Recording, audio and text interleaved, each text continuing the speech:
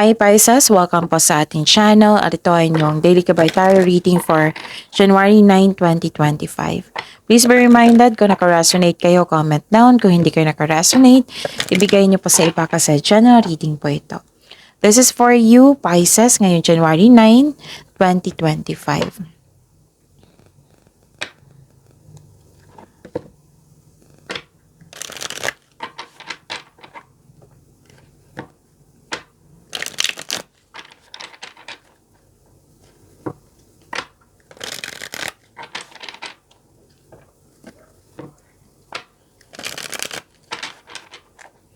Para po ito sa inyo Pisces ngayong January 9, 2025. Maraming salamat po sa inyong patuloy na suporta at maraming salamat din po sa mga hindi nag-skip ng ads. Gamitin ang reading na ito bilang gabay lamang sa mga hindi pa nag-subscribe. Subscribe na po kayo at click bell notification para malaman nyo na may bago tayong video. Para sa mga gusto magpa-reading po, may lumabas dyan sa screen nyo ngayon. Panoorin nyo po at sundin ang instruction. Calling the attention sa mga suki ko dito na Pisces, open na po inyong monthly gabay tarot reading for January 2025. May 6 months from now reading tayo at love life reading po. So message me Pisces for schedule. Maraming salamat po. Spirits Guide, mga ganap po para kay Pisces ngayong January 9, 2025. I need 3 cards po.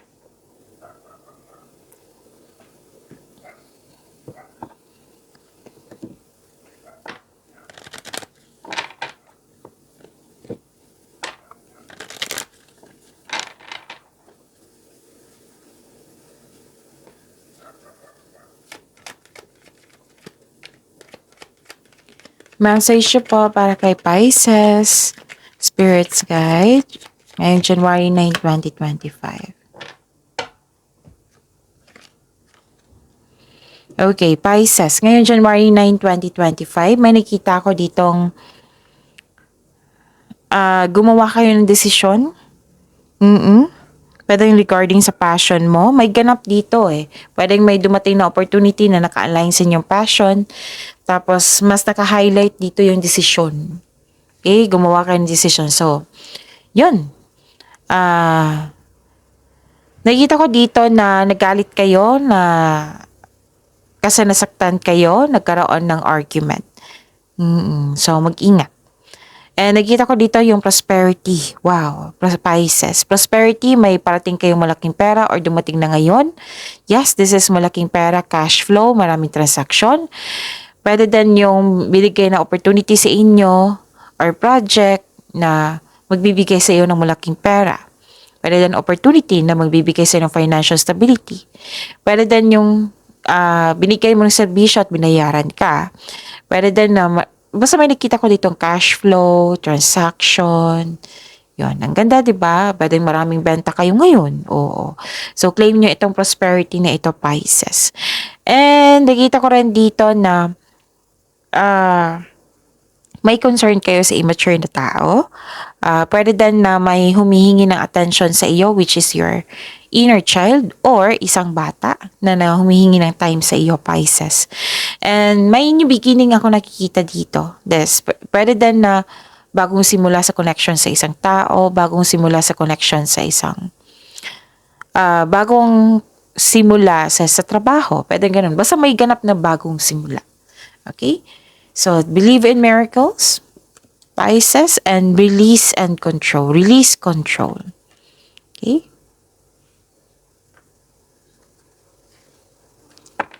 Spirits Guide, na po yung energy ni Pisces ngayong January 9, 2025.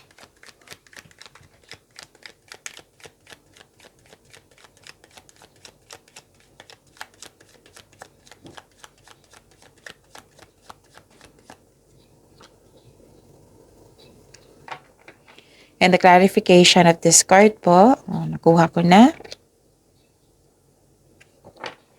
Okay. Sa mga may oras dyan, kung gusto nyo po, panoorin nyo po yung 2025 tarot reading nyo. Buong taon po iyon. Kompleto po iyon kasi bawat one may love reading, may career and money reading. From January to December po iyon. 2025. So, hanapin nyo po. Uploaded noong December 16, 2024. Hanapin nyo po sa channel natin. Scroll down nyo lang po hanggang sa makita nyo po. At, meron tayong 3 video na tungkol sa inyong January 2025. So, uploaded noong last week of December 2024. Again, visit our channel, scroll down nyo lang po, panoorin nyo po kung gusto nyo po. Kung may narinig kayo or may nakita kayong repeating message, meaning to say pinupush ng cards nyo yan, kasi ang ilan sa inyo hindi pa binigyan ng atensyon. Na kung maaari din po, bigyan nyo po ng solusyon at aksyon. Remember, Pisces, at the end of the day, alam mo na ikaw lang ang taong may kakayahan at responsable na gumawa ng sarili mong katotohanan at kinabukasan. So, ano yung energy? Ano yung energy, Pisces? Posibleng may... Okay, be ready kasi may taong pasaway dito, May taong hindi totoo sa iyo, nagbabalat kayo or posibleng ma-stress kayo sa ganitong tao or sa mga nangyari. So, be ready. Okay? May nakita kasi akong tao dito na pinagmamasdan ka niya, nag-observe siya sa iyo, nag-spy siya sa iyo. May tao dito na hindi madaling kausap o matigas ang ulo, may sitwasyon na masakit sa ulo, may tao na may dalang chismis o na sabi ng card dito, fact check niyo muna. Fact check niyo muna, huwag maniwala agad sa mensahe, okay? So, this is nag-clarify siya from your oracle to tarot card na may tao na posibleng magkaroon kayo ng argument, yung masakit sa ulo. Okay? Tapos, yung chismis alamin niyo muna kung totoo ba yan or hindi. And,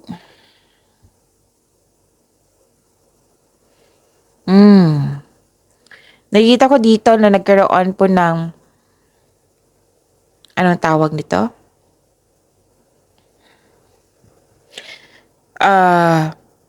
Possibilities, daydreaming. Nagmuni-muni kayo ngayon, nag-iisip ng mga plano or pangarap sa buhay, nag-iisip ka ng mga desire sa buhay. Nag-iisip ka, pumipili ka rin. Pumipili ka kung ano yung the best. 'Di ba sabi ko sa inyo, magdedesisyon kayo.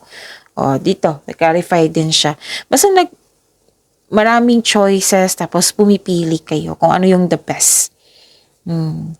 Tapos mag-ingat lang kayo kasi parang may temptation ako nakikita dito. Hindi lang masabi dito kung tungkol ba to sa career and money nyo, sa love, life ba to. Basta may temptation na pwedeng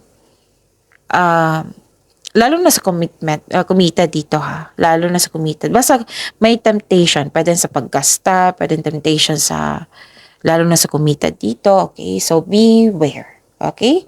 Marami kayong ideas. Inspired kayo ngayon, nagpaplano ka ng, pwede din dagdag investment ito para magkaroon ng financial growth. Mas lumaki yung pangarap mo. Nagpaplano ka na para mag-level up ka. Okay? Whether career and money to or sa love life mo ito. Okay? So, big ideas is a blessing po. Okay? This is a blessing. Big ideas. Ang dami nga, Spirits Guide, Career and Money po ni Pisces ngayong January 9, 2025.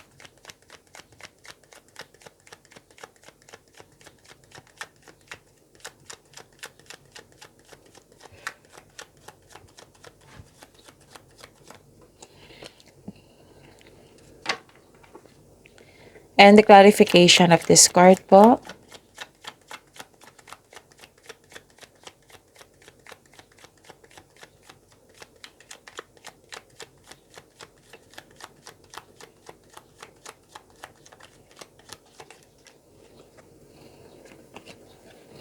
Okay, sa career and money nyo to. Nakikita ko dito na okay, parang may naalala kayo na regarding sa nawalan ng pera or na-scam. Kung hindi pa ito nangyari, be careful ha, kasi may parating na malaking pera sa inyo dito. So, be careful na lang. Okay? Maging wiser. So, pwede din naalala mo ito na pwedeng nawala ng pera, na-scam, or nalampasan yung opportunity na nalungkot ka. Okay? Or na-disappoint kayo. Pero remember, Pisces, this is only temporary. Okay? Don't worry. After nitong unos, may parating na new direction sa inyong career and money. So, dito tayo sa new direction sa inyong career and money. Okay? So, yun. I-process mo ito and dito tayo sa makontrol nyo na magkakaroon ng new direction. So, heal yourself. There is a hope. Nakikita ko naman dito na may silver linings. Basta willingness to move forward. Okay? So, yun. Kailangan, what I meant is, lalo na forgiveness. Kailangan naman ng forgiveness para sa inyong sarili. Sa sitwasyon or pwede din sa isang tao. Okay? So, dito tayo mag-focus sa hope and healing para magkaroon ng personal growth. Okay. At nakikita ko rin dito na nagkaroon po ng dalawang card na nagsabi dito na disappointed kayo, you felt empty. Kung hindi maganda ang pakiramdam nyo, magpa-check up kayo, or may mga kakilala kayong buntis dyan, sabihan nyo magpa-check up. O sa doktor kung kailangan. Tapos, you felt exhausted dito nagdahil sa demand ng isang tao na naging toxic sa'yo, na nagbigay ng stress sa'yo. So, be ready ha, kasi lumabas din siya sa energy nyo, sa oracle cards nyo at dito rin, sa dalawang cards. So, pwede din nangyari na ito, na naalala nyo. Pwedeng mangyayari pa lang, so be careful. Maging handa. And yun, exhausted kayo dito. So, yun nga, ang ilan sa inyo nanghihinayang kasi nag-invest kayo sa isang tao, sa isang bagay, sa isang sitwasyon na nag-invest kayo, nabigay kayo ng time and effort na akala mo totoo siya pero hindi pala. Ganon. Na may pagsisisi ako nakikita dito. So, guard yourself, i-process mo yung nararamdaman mo at move forward para magkaroon ng hope and healing. Dito tayo sa new direction na ibibigay ng tadhana sa iyo. Okay? So, mag-concentrate tayo dyan sa new direction. Surrendering to the journey. Believe in miracles, release, and control. Okay? Spirit's Guide, Love Life, Self-Love, Partnership, and Romance ni Pisces ngayong January 9, 2025.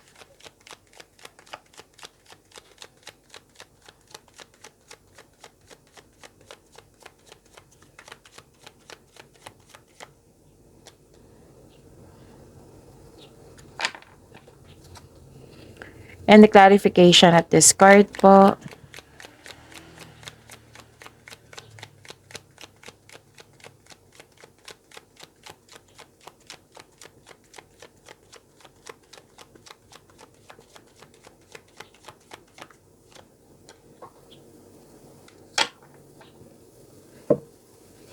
Okay.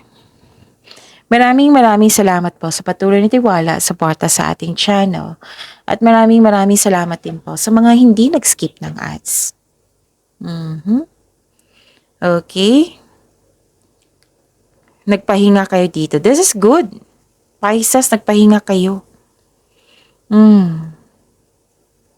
Nakaramdam ka kasi ng pagod. Or wala kang pahinga, stress, anxiety. So, nagpahinga kayo dito. Lalaban ka pa rin. This is good. Lalaban ka pa rin. Nagpahinga ka, pero lalaban ka pa rin. Ganon. Nagpahinga ka, tapos pagbalik mo, lalaban ka pa rin. Ikaw ay nagpapahinga ngayon upang makapag-isip ng mabuti para makapaghanda or magpagaling. So this card asks you to relax, calm your mind, and reflect. Sleep and meditation ay kailangan. Sa mga single dito, ayaw mo munang makipagrelasyon or ayaw mo magtanggap ng date. Gusto mo munang mapag-isa para makapag-isip. and evaluate your priorities and focus on yourself bago ka pumasok sa mundo ng pag-ibig. Tama nga naman.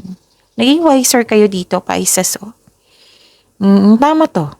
Na kailangan na para fair din sa bagong pag-ibig, di ba? Na para din fair din sa iyo na kailangan ready ka sa pagtanggap ng bagong pag-ibig. Kailangan ready ka. Okay? So, piniprepare mo yung sarili mo. For now, ang nakikita ko dito, gusto nyo mapag-isa, makapag-isip, mag-evaluate kayo, self-assessment, nag-focus kayo sa inyong sarili. Para sa mga may relasyon sa buhay mag-asawa, nakaramdam ka ng pagod o stress. Dahil siguro hindi kayo nagkaroon ng pagkakaunawan or naging pasaway yung partner nyo. So, nag-decide kayo mag-put ng space para makapag-isip ng mabuti. Again, putting space. Okay? Sa pagkakaroon ng space, that is a sign of healthy relationship. Why? Kasi kailangan natin yan as individual.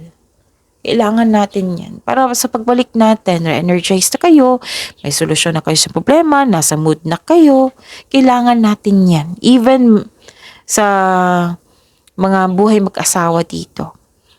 Kailangan talaga ng space niyan. Kasi space is a sign of respect.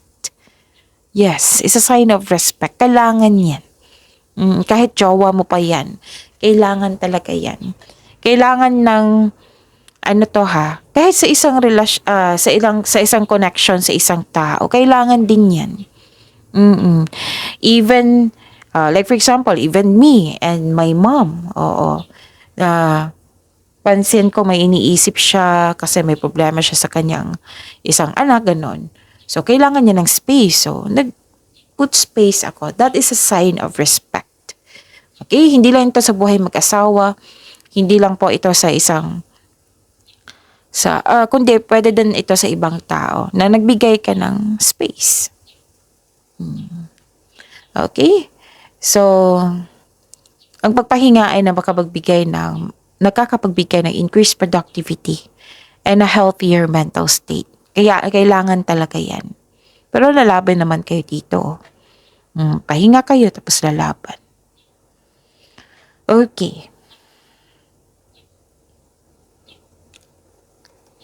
Huwag kayong mawalan ng pag-asa. Okay? Kasi nakita ko dito loss of faith or pwedeng may na-miss kayong tao. Pwedeng may na-miss kayong tao or disconnection sa isang tao. Kasi may space, diba? Oo.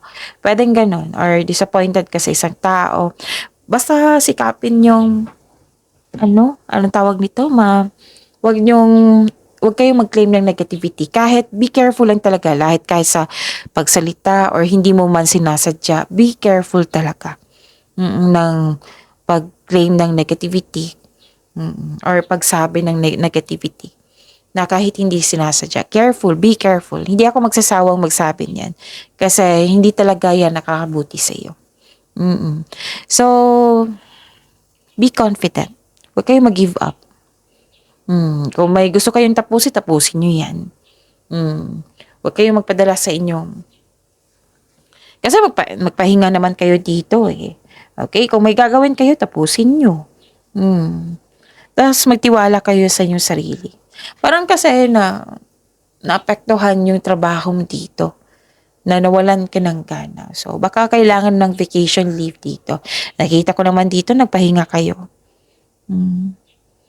Okay, so inspiration is on the way. Sabi ng card nyo po. Huwag lang kayo mag-give up. Your body and soul will heal. Please be reminded, ang healing is a long process yan. Pero at least sinimulan nyo na. But that healing will take time. The advice is be inspired, dreams to come true. May pag-asa po. Huwag kayong mawala ng pag-asa, okay? Basta yung pag-iingat mo lang, lalo na sa inyong sa mangloloko dito, sa isang tao na provokes inyo. Basta mag-ingat lang. Tapos may pag-asa, wag lang kayo mag-give up. Okay? Pagyamanin niyo po yung blessing sa binigay sa inyo. Kaya pala may believe in miracles dito. At pag-release and control. Release control. Okay? So, pag-imanin niyo po yung blessings na binigay sa inyo, Pisces. See you tomorrow. Please like, subscribe, and click po button for notification para updated po kayo sa daily tarot reading natin. Maraming salamat.